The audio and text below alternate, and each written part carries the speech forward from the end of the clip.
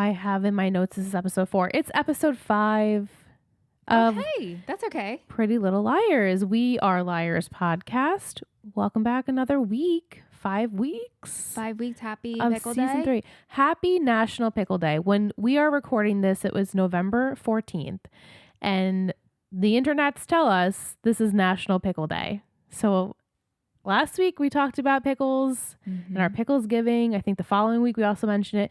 Michelle and I right now are wearing limited edition merch. Passionate Pickle Pal. Yeah, if you're a passionate pickle pal, a PPP. A PPP, as we'd like to call it. And there's some really cute designs on our a shop. Phallic, large, I'm a really big dill pickle. I love what you made, Liz. It's so good. But yeah, to the end of the year, we have this merch up if you're interested. Yeah, so get it for your pickles giving. And if you have any pickle recommendations, we would love to know them because obviously we're obsessed with pickles over here. I mean, that could be a whole sidebar conversation. We could talk about pickles forever. Send us your pickle recs. Are you having a pickles giving? Did we inspire you? Do you want us to be a pickles channel? Because we can very well do that. We could drop We PLL would actually drop PLL to do quickly. that. No, we are completist and we will finish the show, but also maybe on the side, do some pickles. That's right. Anyway, this episode is titled That Girl is Poison. That's right. We sang last week. It aired July 10th, 2012, which I think in my notes, this was like maybe a few weeks after. It wasn't like directly after last week's episode. I'm not really too sure why. I think it was like June 28th. And then, this one is July 10th, written by Brian M. Holden and directed by Chad Lowe yet again. Oh, all right. So summary, Aria, Emily, Hannah, and Spencer think Jenna's birthday party could be the perfect setting for A to strike and for them to catch their tormentor. Come on, IMDb. That you didn't even work. You didn't even watch the episode. We were wondering who writes the summaries for IMDb. Who does write them? Because, and I told you this, I bought Seth, my movie friend's co-host, a t-shirt and it's with the summary for heavyweights. And it's the most ridiculous summary. And we're like, who writes these? Can you just get a job writing summary? I don't know. I mean, you can. There are user reviews. Yes, I know that. Obviously, that's not who's writing the actual IMDb. Excuse me. They're not actually writing that. Right. It's someone, I guess someone who works for IMDb. Or is hired or something. Yeah. Anyway, so the episode opens with the girls witnessing Garrett's mom being rushed to the hospital by ambulance. Aria thinks in the distance she sees a black hooded figure. The audience sees it. The other girls don't see it though. And they kind of think she's like a little crazy. But they're thinking, okay, well, does this accident have to do with A? Does Garrett, now we'll find out that Garrett does get released to visit his mother. So is this all a ploy by A? We don't know. Before we have the party stuff, which we'll get to with Aria, her and Ezra are very publicly having breakfast together. Yeah, they're sharing food. Ezra wanted to pay, but Aria paid, and she got him a bunch of extra things. He's kind of uncomfortable with it, saying, I do have an interview, and money's not a problem. I did have some savings. And then Aria witnesses Lucas banging on the door of this photography studio, which it plays a bigger part in the episode. And he's erratic, banging, I want my stuff back. He's screaming, I want my stuff back. And Aria witnesses it. She lets the girls know that she witnessed Lucas in the same area as the night that Hannah and her saw him when Emily had the episode. So she's like, maybe something looks suspicious. Something is suspicious about this. Yeah. They also find out later that Lucas worked at this photography studio and recently has been developing his own film on the dime, and now he was fired and she is still holding his the negatives of his film. So what the heck is going on? And I don't think it has anything to do with the A stuff. The more and more we learn about it, I'm like, I don't think this is actually related. Yeah, it's just like a side story that they're kind of making it look like it's related. Yes. Yeah. Last season, he was gambling. Yes. Right. He was. He was like involved in some stuff, and he told Caleb about it, right? Yeah, Confided in Cable. Cable. He gambled away Caleb's money too. Right. Yes. And so I don't know. I think something has to do with that. Yeah. And I know there's pills now. I still don't think it's related. Right, And maybe suspicious. I'm just being. I don't know. Yeah. Yeah. Well, they're saying if Lucas worked at this photography studio, he could have taken those photos of the girls that night at Allison's gravesite. Totally. They also think he could have been the one to dig up the body, which Hannah's like, absolutely not. He can't even pick up his chemistry notebook. Like, there's no way. How could he do that by himself? Well, Arya said something like, "Oh, he can push a pedal on a lift or something." Right. Oh, yes. Mm-hmm. But still, I mean, people wouldn't see him do that. Right. Like 2 a.m. or whatever time it was. No way. All right. So throughout the summary, we will discuss Jenna's birthday party, but we find out that Jenna invites Ezra to her birthday party. Now, A knows that Arya and Ezra are together. The whole town seems to know now. Yes, but now I guess the whole town knew, so this isn't a big deal. I think this is a very big deal that these two are going to a party together and out in public together. It's like nothing matters anymore. This isn't weird. How is this not weird?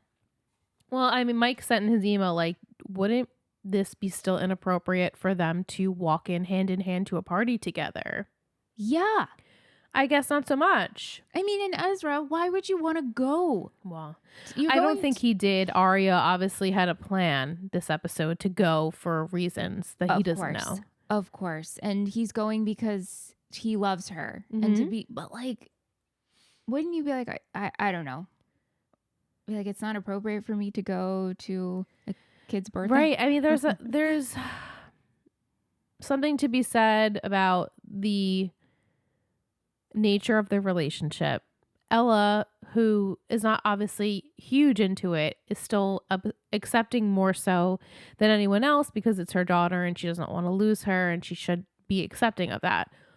I feel like, I don't know, I wouldn't, but then again, maybe they had the whole summer to get the weirdness out and now it's the beginning of the school year again, and I don't know, maybe the town is just like they talked a lot of shit and now they're kind of over it. Right. And is it, if he wasn't her teacher, would this be? No, he would just be an older guy. Right. Because my sister dated someone a lot older. About 6 years older. Yeah. And when that person went to prom.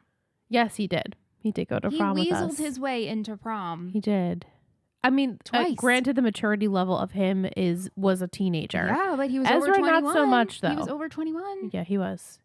So I think I keep that in reference, and I'm like, okay, but I think it's the teacher part of it all. Right. Not so much.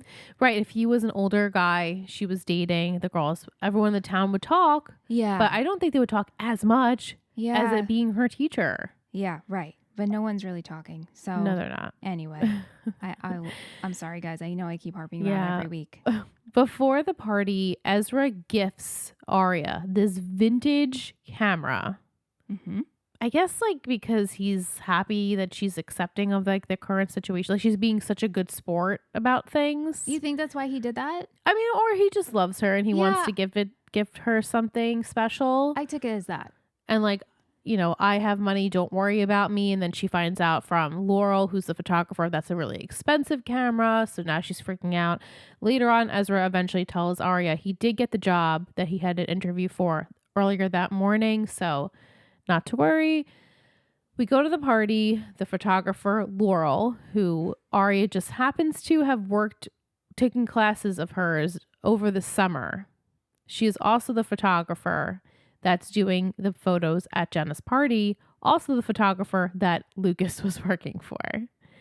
So now she knows Lucas is out of the picture. She's thinking it's a good way for her to get in to the studio to suggest to Laurel for her to be the assistant. I'm sure she still also kind of wants that job though too. Right. And I mean, this makes sense. Yeah, This plan. Absolutely. makes I really sense. enjoyed how proactive Arya was in this episode. Yeah, It's yeah. generally Spencer, and obviously she did still play a part here, but she was like, no, I'm going to take it by the balls and do what I have to do to, figure some stuff out. So Arya has this solution where she goes into the kitchen and she spills some liquid over Laurel's equipment, which Michelle was like, I'm sorry, you don't even know what's on there. That's so disrespectful. You don't know what's on that hard drive and the, oh my God, what is the name of it? The memory card. Memory card, yeah. Like, you don't know what if there was a shoot earlier in the day on that? Again, logistics getting into it. And because I've worked in photography and I've had work lost before and ruined. Absolutely. Yeah. But Laurel just seemed to be like, oh my gosh, I need another one. Yeah. So she backed up her work. So that's good, Laurel. She must have. She's a very experienced photographer. She's like the best of the best, says Jenna. So she offers to go back to the studio and get her, I forget what it was, maybe a memory card or something like that. Mm-hmm. And Ezra's like, but can we leave? Like, we had dinner plans. I'm not really enjoying myself here. And she's like, I'll be right back, I promise. And so she goes to the studio and she does some snooping. She finds Lucas's camera bag. She finds the negatives and the film roll and she pockets them. And then when she leaves, Lucas like completely startles her and corners her. Like, she can't move without him getting in her way. Was Lucas just hanging out? Waiting for someone to open the studio at that time of night? He wasn't invited to the party, it seems. Or maybe I don't know. It seemed like to me like everyone from the school was invited. But then again, not everyone went because maybe they don't like Jenna or had other things to do. At the party last year, finale. The masquerade ball. I think that was like a charity event or something, right? Lucas and Jenna were talking? Yes, they were. Okay. So it would make sense if Lucas would be invited. Right. He didn't show. Also, he's dark now. So whatever that means. Mm-hmm. But I guess he's just been spiraling for a long time and he can't really get it together. And now he's cornering Arya on the street. And Arya is like, I can't let you in there. Okay. I have a job now. And also, like, you're shady. Why would I let you in? And then, of course, as I said, Ezra Cullen, he comes and he drives up in his car. And he's like, is everything okay here? And Lucas immediately runs away. Yeah. While all that is going on, this is a pretty heavy Emily episode, as you predicted last week. So she's, as we said last week, she is trying to move on from Maya. She sees Paige at school and immediately before but when Paige sees Emily, her face like immediately changes and she's like, this is awkward. And like nothing even, and Emily's like, Paige over here. And Paige is like, what? It just, yeah, this was weird. The transition was strange. Emily's like, I've been meaning to call you. And Paige is like, why? Like, what do you want with me? And she's like, yeah, we should hang out. I got tickets to see the Katy Perry movie. Hannah was supposed to go, but she can't. And I'd love for you to come. I've been meaning to call you in regards to everything and just know that it's not awkward. Like, basically, it's not awkward for me. I don't think anything of what happened last year. I kind of like, it's not you, it's actually me. Like, I'm going through shit. I'm trying to figure it out and like keep relationships in my life that are meaningful to her. So, Paige is like, yes, I'm in. She, as Michelle said last week, oh, hi, Emily. Like that was her inside. You felt it inside. But really, it felt like Emily being like, oh, hi, Paige. Yeah, it did. Like it was opposite. Mm-hmm. And what did they say? Don't you want to see what makes Katy Perry? I don't know what that was. Katy Perry sizzle? Something like that. Something awful. Awful. It was the worst line of it. I don't even know the line, and it was the worst line of the entire episode. Don't you want to know what makes her sizzle or something? Yeah, something like that. It was terrible.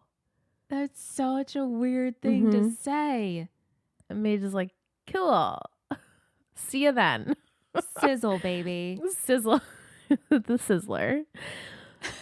And then while in school, they also witness Jenna without sunglasses on. She's shaking people's hands. They're congratulating her. And Paige is like, yeah, you didn't know? Jenna can see. She had another surgery before school started, is what she said. Yes. Right. And therefore, now she can see. And everyone in the school is like, yay, Jenna, she can see. They're making some nasty comments about Jenna, like the teacher's oogling at her, Ew. even though weren't they doing it the whole time, being that she was blind? Ew. Yeah, it's gross. It's gross. As we said, Jenna, what I interpret, invites basically the whole school to this birthday party, and the girls are like, what's up? We thought you were going to keep this a secret, so why now? And she tells the girls she wants to be in control of her life. Our listener, Kate, had a comment about this specific scene and this specific quote. Mm-hmm. She says, Heather Hogan, who recapped the show for queer websites AfterEllen.com and AudioStraddle.com, has cited Jenna's line, "This is the new deal. I feel a lot safer when I'm in charge of what happens to me," as the thesis for this entire show. It's ultimately a story about young women trying to claim their agency and feel safe in their lives. The liar's particular situation is, of course, quite extreme, but the struggle is relatable. And this is why I love the show so much, because it's about women fighting their agency and supporting their friendships in the same fight.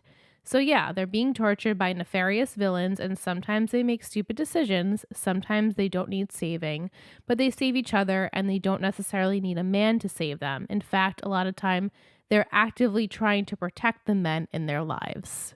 Ooh. Well said. Beautifully said. Well said. And yeah, when she said those words, Michelle and I both felt that. Mm-hmm. Very hard, especially after everything that's been happening. Yes. The last couple weeks. So yeah. Valid. Yeah. We felt that. As soon as she said that, Michelle's like, love that. Love it. Yes. Yeah. So Jenna ends up hiring the photographer, Laurel. She's at the brew and they're discussing party plans. And this is when Emily notices that they're talking about Lucas. And she says that, she had this assistant. He got fired. And Emily then texts the girls and talks about that. Vic says, do you think this is the time to reveal that Jenna could see? If you were her, would you have revealed it now? I don't know. I don't know what the bigger picture and plan is here. Right. I just find it strange that Jenna, she hires this photographer because she doesn't want memories or the best of the best. And she wants every moment captured. And that's literally how she said it. She did. Because I'm misquoting her. Yeah. Oh, she did say she doesn't want to miss a beat, basically. But the way she said it, it felt like there was something else behind that. Yeah. The way she said that to Ezra and Arya. Yes. Yeah. It just, everything about the way Jenna delivered everything in this episode seems suspicious. Right. Like there's another reason why you're doing this. Mm-hmm. Is this a special birthday? Is it 17, 18? I'm assuming it's 17. Right. Like it just so happens that it's her birthday and I think that's what Hannah said or something like, it's your birthday as well. Now you can see you picked a perfect time to reveal you can see to enjoy your party. Yeah. Nate actually comes into the brew and says to Emily that he hears Garrett is getting out, which we'll get to. And she tells him, look, we'll meet up later on. While he's at the brew, he bumps into, or meets, I should say, Jenna. Jenna's very interested in him, and they have this little bit of a flirty banter going on. The spark, for sure. Yeah. Jenna also has invited Paige to the party.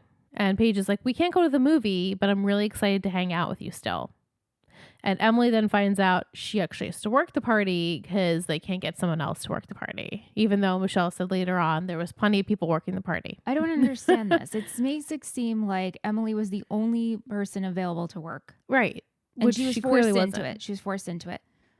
Yeah. It seems like she's the only person working the party. And then later on, we actually see two other waiters in the background. Exactly.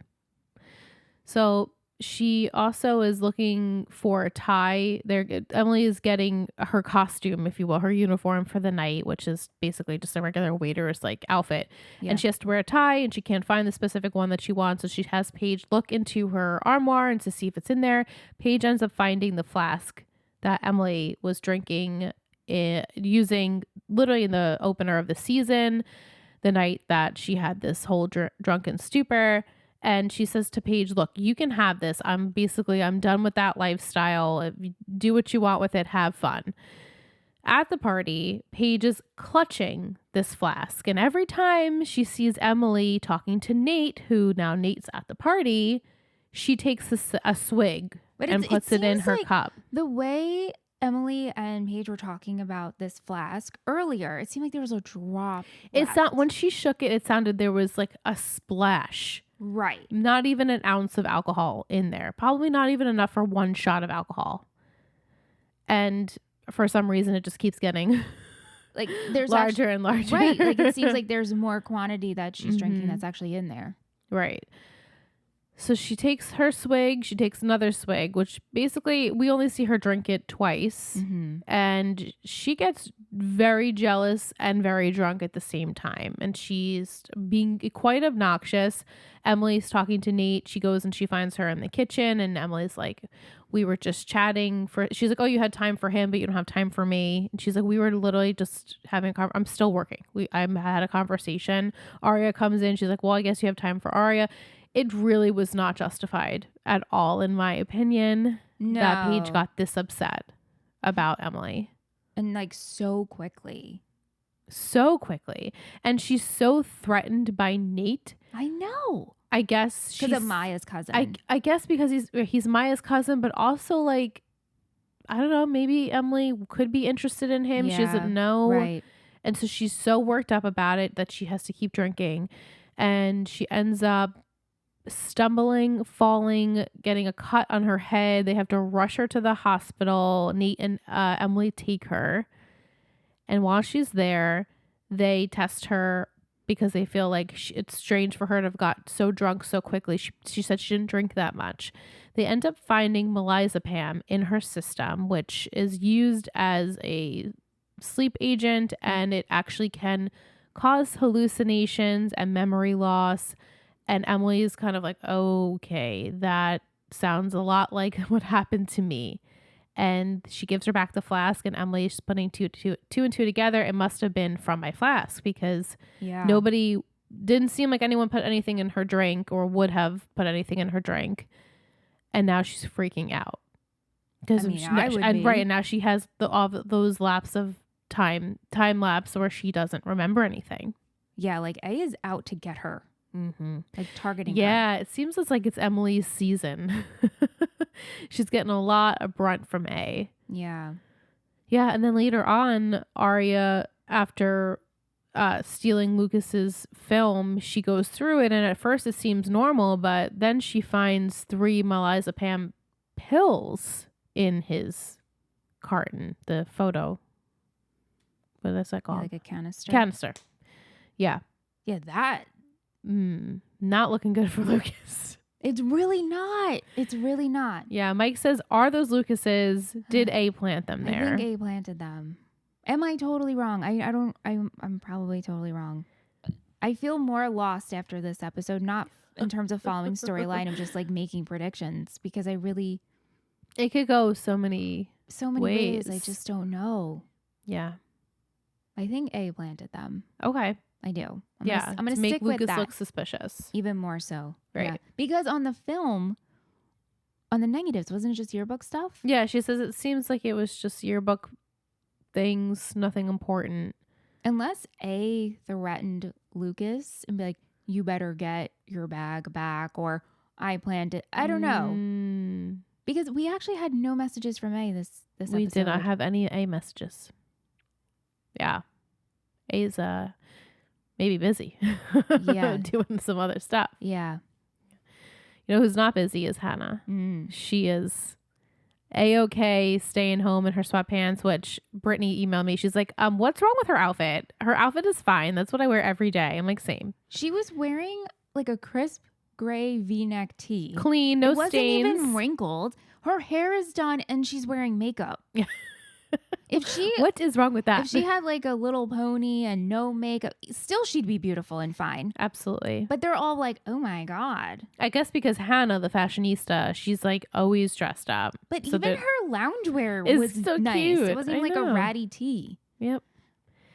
She's going through like every stage of grief. Yeah. This past couple of days. Caleb won't return her calls or her text.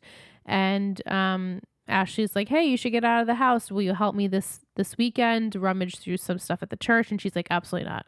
So she sneaks out to go to she pretends to go to school. And she sneaks back in. Ashley, of course, figures out that she did not go to school. So now her punishment is, no, you have to help me at the church. She's there. She's beyond bored. She cannot wait to go home. And then Ashley ends up meeting a nice man named Ted, who is the volunteer coordinator.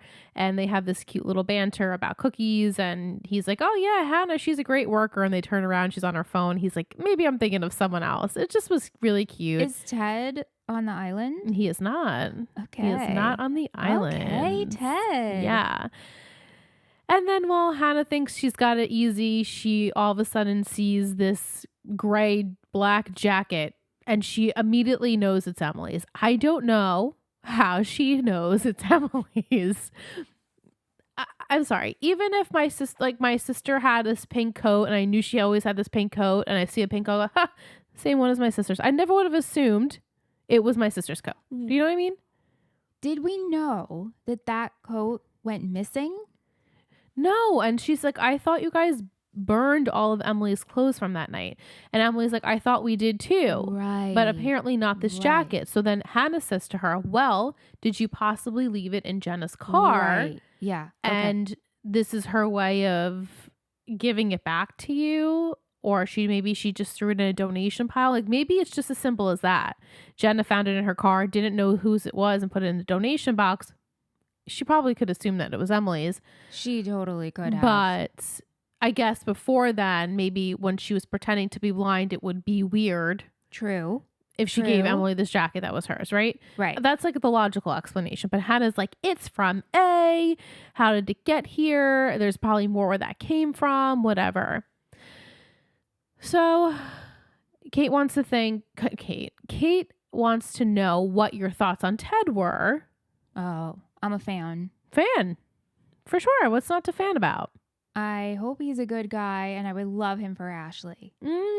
Fingers crossed for Ted. Right. So Fingers crossed for far. Ted. It was He really makes cute. a great first impression. I think he does. He had a good comeback for everything. He was sweet with the cookie. And Yeah.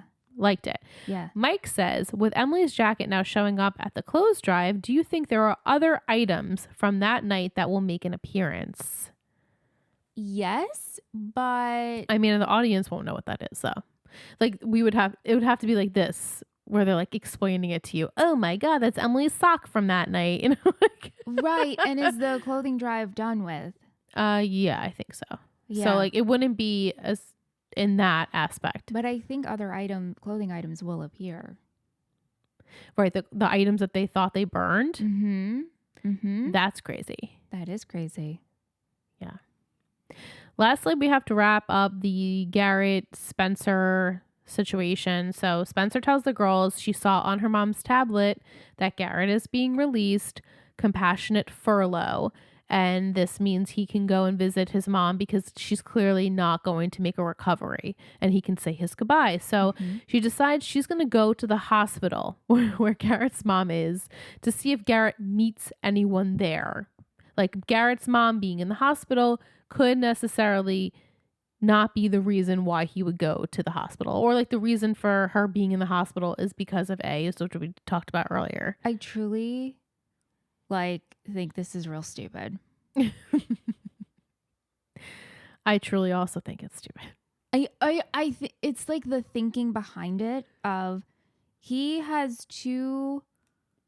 I don't know what she was thinking. Like he arrived with two policemen, right? You saw his mother going to the hospital. Why would that be a ploy from A? Right. His Like, mother's in a coma. who else would be in the hospital that he's going to see? I think that's what I'm more confused about. Right. Well, or I think she meant it as though like he could meet up with someone at the hospital because now he's out of prison. So it could be he could meet anyone. So he's going into the room. Someone else will be in the room. Basically, right. Like he could meet someone. So she was like, I'm going to be there regardless to see what he's doing. Of course, Wilden is there. But he's like, why are you here?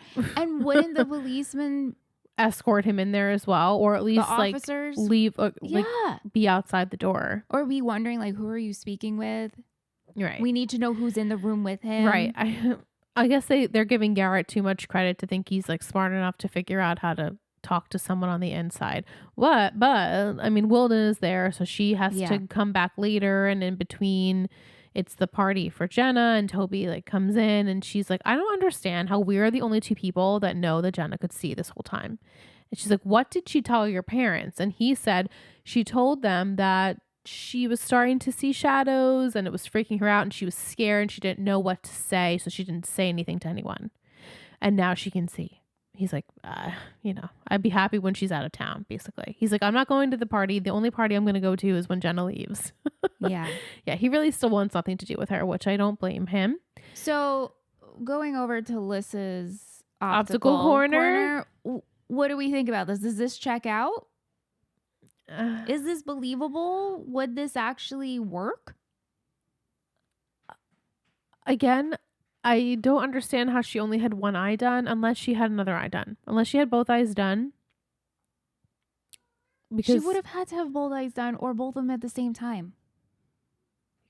But when we see her have the surgery, it was definitely only one eye. So does that mean she's only seeing? No, right? She's right. That's what I'm saying. Like, did she have the other eye done? And she had it done. I don't know. I do not know. I don't have much for my optical corner because that's okay. That's okay. I'd have to ask this question. Yeah, I will ask this question. Okay, and find out. Okay. So now that Spencer can sneak back into the hospital, actually Nate, he's there helping Paige and Emily, and he didn't put on the scene, but he starts to be aggravated when he sees Garrett there. So Spencer uses this opportunity to run into the elevator to get up into Garrett's mom's room. Nobody seems to find her or allow her to go in the room. It's just crazy. You have to be buzzed in for this shit. Anyway, she sneaks into the room and she's looking around and she sees the flowers, and the note is like, you never gave up on me, Mom. I'm not going to give up on you. A very sweet note. And she then sees under the hospital bracelet is a tiny little note. How did she see this? No. I'm sorry. No. The note says April Rose has the proof. So I took this as whoever April Rose is has the proof that I'm innocent. Right. But who is he sending this note to? Or does someone send this note to him? Oh, I see. You know? I see. So whoever left it there. I'm stupid. Oh, you're absolutely not stupid after 8 p.m. It's because we truly can't predict anything that's going to be happening. I know, but you know how like sometimes it's just like trust the show you're watching. Well, we can't trust it. We've known for a long time it's not trustworthy. It's just, I could give you, I'm just playing devil's advocate. We don't know if Garrett's the one who left the note, or if someone left that note for Garrett. Yeah. Or does it have nothing to do with Garrett? No, it has to do with Garrett. And the EMT was like, let me just slip this under, as a joke. Yeah, right. No, it has to. Then it's like we have to check who went in to go visit her. So that would be like, that's what I could assume is going to happen next week. Spencer will check the records as she does, and we'll see who has visited that room. Mm. And if it's only Garrett, that means she has to go back there and see who's supposed to go there to pick up the note. You would think. Yeah. You would think. You would think. Yeah, April Rose has the proof. So now that we've seen the whole episode, Britt asks, do you think A, got Garrett out of jail to pass the note through his dying mother, or is someone else involved? Or is it just a coincidence that she went to the hospital? Very confused. Haha. We all are confused, Britt. We all are confused. I don't know, Britt. I don't know. Clearly, as you just listened to me for 35 minutes, question everything Lissa said and be like, wait, what? I'm going to make a prediction and say maybe not A But had don't you anything. know? I don't remember. Oh, okay. Don't you know? Bitch, it was like 12 years ago. No. Yeah. I'm going to predict that I don't think A put Garrett's mom in the hospital, but I think they used it as an opportunity to pass a note, maybe A and Garrett. Yeah. That's just my prediction because I honestly, without a doubt, have no clue what's happening. Because we know A is capable of hurting. I mean, went to California. True. Went to California. Right. And very hurt quiet Caleb's in mom. this episode. So maybe they are Very. still coming home from California or something. Yet we have Maya's bag. Well, that's our final scene of this episode is we think A, obviously, going through a purse, and once you figure out something, there's the Altoid tin, which obviously had her weed in it that we remember, and then there was that picture of Emily that Nate had on his phone that he was showing her, and a bottle of pills that says Maya's name on it. So we're obviously to assume this is Maya's pocketbook. Yeah. And A has it. Yeah. Mm-hmm. Yeah. Mm-hmm. I'm still confuzzled. Of course you are. Yeah. Of course you are. There's no answers. There are no answers. Is there anyone out there who just like did such a good job at predicting? Oh, every little. Yeah. I doubt it. Yeah. I think it was a collective effort. Like there were people with many theories about many things. Yeah.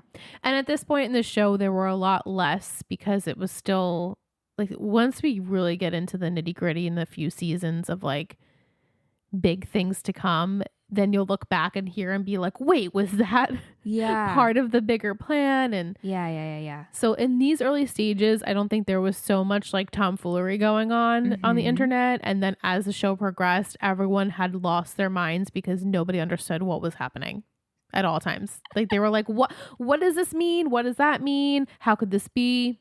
We just don't know. We just don't know. So on that note,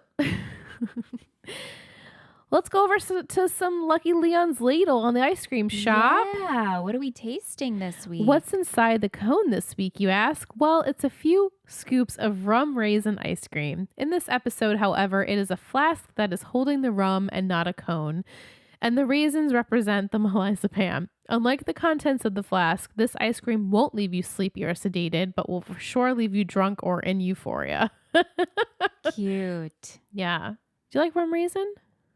I'm honestly trying to remember the last time I had it. It's not a flavor I reach I for. never reach for it, but when I do have it, I'm like, oh. Like my aunt, every year for Thanksgiving, she has an ice cream machine at home. And she always makes different flavors. And she really loves like rum raisin or pralines and cream or those. And so she always ends up making them. And I'm like, oh, this is good. I like it. I just would never choose it as my flavor. Yeah. But it's delish. Next time I'll have to, when I'm tasting ice cream. Yeah. Just go for it. Is there raisins in there? Yeah. You know what? Honestly, I don't even think there is raisins in rum raisin. I mean, there has to be, right? That's why it's in the name. But I can't recall actually. Yeah, eating and the it. fact that I'm asking, that's how long it's been. Yeah. It's been a really long time. Yeah. We got a message from A. Oh, hey, Came A. in Hello. towards the end of our Zoom watch for this week. A says, hey, bitches. I think it's hilarious. You keep trying to guess who I am and keep getting it wrong.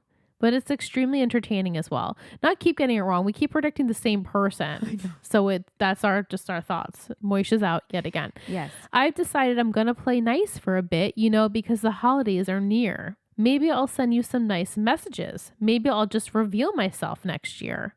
I don't know, but we'll see. Later, bitches. Oh, shit, I mean bye. It sounds like A is getting tired. I think you're a little tired, And A. that's okay. If you need to retire. If you need to retire. Yeah, like in the new year, if you are tired, you just want to listen and hang out, we're here for it. Yeah, you can hang up the black hood, Hang up your hoodie. Rest your fingers, close your laptop. Yeah, no more games. No more games. That's okay. It's fine. Yeah. MVP and shittiest? Oh, yeah. Um, I was like thinking about this the whole episode.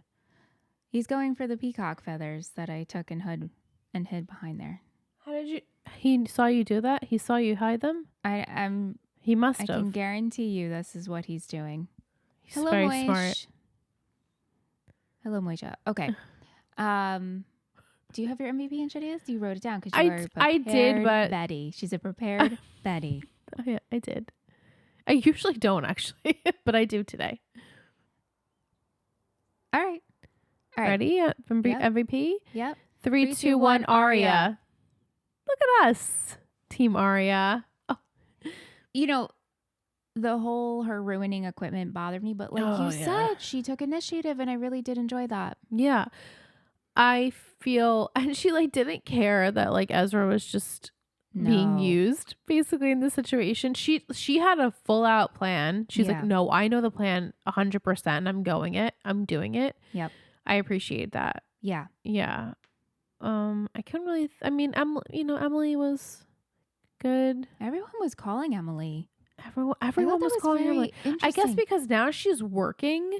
And so she's not able to like have as much free time as the rest of them. So yeah, she kind of, and like Hannah barely had any screen time in this episode. Mm-hmm. She had like basically the 1 or 2 scenes. Mm-hmm. But yeah, Aria, go Aria. We need you to make a comeback. Yeah, it's nice. It's nice to root for her. Yeah. You know who I'm not rooting for is Paige. Paige was my shittiest. Yes. But then the fact that she was drugged, right, I'm not happy about that. Cool. No, absolutely not happy about that. I'm trying to remember that yes, while she was obnoxiously poking a cupcake, yeah, she was drugged then. But the fact that she's just, I think she's just a really jealous person. She was irritating. But Emily sought her out. She did. You're right. She did. But then Paige, I think, just got a little too excited, and then the alcohol led into that anxiety and insecurity, and then the drug of it. Mm-hmm. So it was just a disaster. It was a cocktail of disaster. It was, absolutely. But she also was my shittiest because I just didn't enjoy her. Yeah. Mm-hmm. I know. Oh, yeah. What is it? Yeah. What is it about her? I just since the beginning of my journey on this show. I'm assuming she's still with us. Yeah, she sticks around. While. Yeah. Okay. Maybe it will get better. Yeah. Let's hope it gets better. Yeah. What would you say out of a 10 on a cringe scale would you rate it? I would say like a 4. I was going to say a 4. Just some of the lines, the sizzling, and just the way they phrased. I feel like I have to look at this. Some lines were weird. But besides that, I would say a 4. Yeah, I'd agree. I would say this episode was better than you pitched it. I'm glad. And when we sat down to watch it, I was like, she'll probably like it better than because I watched it the one time, did my notes, and then I watched it again now, and I was like, actually, I didn't give it enough credit. Yeah. It's not the best. Right. It's not our favorite, but it it left us more questions than answers. Yes. Which sometimes is frustrating. Yeah. But overall, it was better than I gave you guys last week. Yeah. But you said next week. Mm-hmm. Some shit happened next week. Okay. Next week, episode 6 of season 3 is titled The Remains of A. Remember The Remains of J, Gossip Girl? Yeah. My secret. I've got a secret. Michelle, I don't know what wavelength you're on. During the chat, Michelle says, what happened to Aria's friend, the fighter? I said, oh, Holden? Not really sure. But guess what? Emily has another flashback next week, and it involves Holden. Get out of here! I love it so. When you said that, I was like, I'm sorry. How did you just remember Holden's name?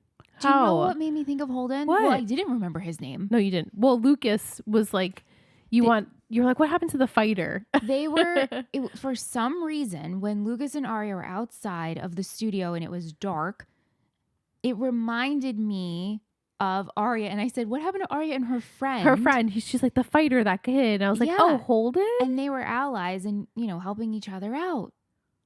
That's insane. That's insane. I love a happy accident like that. I really do. And truly, I mean, where would you have gotten that from?